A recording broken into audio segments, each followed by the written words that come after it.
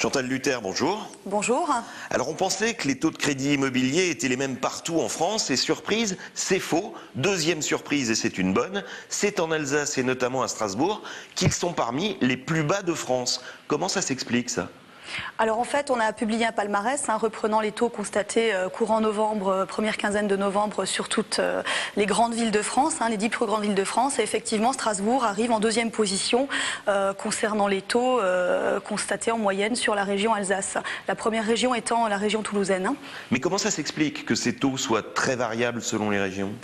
Ça dépend effectivement des marchés. Aujourd'hui, sur la région Alsace, les banques qui sont la plupart régionalisées souhaitent prêter et donc on constate effectivement des écarts de taux mais qui restent toutefois de 0,10 à 0,20 entre les 10 plus grandes villes. Ce ne sont pas des écarts d'un demi-point par exemple. Alors autre bonne nouvelle, c'est en Alsace qu'on peut acheter la plus grande surface pour un montant de remboursement donné. Là aussi, je dirais que pour le grand public, c'est une surprise.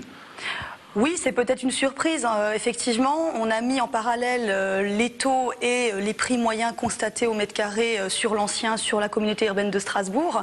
Et effectivement, le pouvoir d'achat immobilier à Strasbourg ressort dans les meilleurs du fait qu'on puisse acheter 70 mètres carrés pour une mensualité de 1 000 € sur 20 ans, alors qu'à Paris, qui n'est pas tout à fait comparable, mais c'est 21 mètres carrés.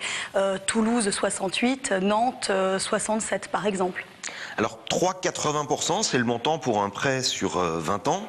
C'est ce qu'on peut trouver de mieux en ce moment dans la région. Vous le trouvez pour tout le monde ou il faut avoir un bon dossier comme on dit ?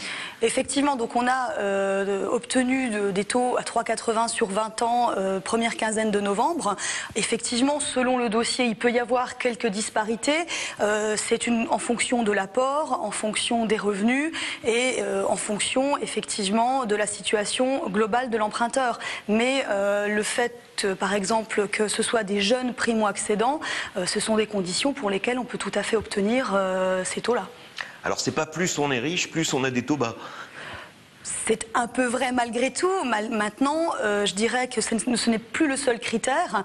Au jour d'aujourd'hui, ça va effectivement, si on est capable d'apporter les non-valeurs, c'est-à-dire les frais de notaire, les frais de garantie et les frais d'agence, on peut obtenir ces conditions sur le marché dès lors où l'endettement est conforme.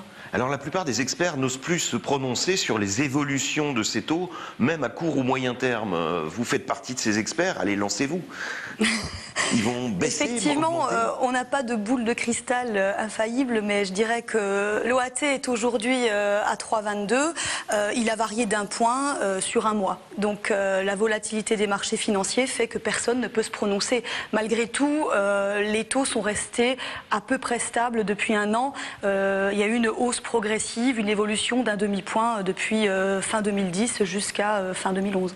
Alors très rapidement un dernier point, vous êtes courtier en prêt immobilier, vous êtes donc en contact avec toutes les banques, on les dit plus frileuses, c'est vrai ?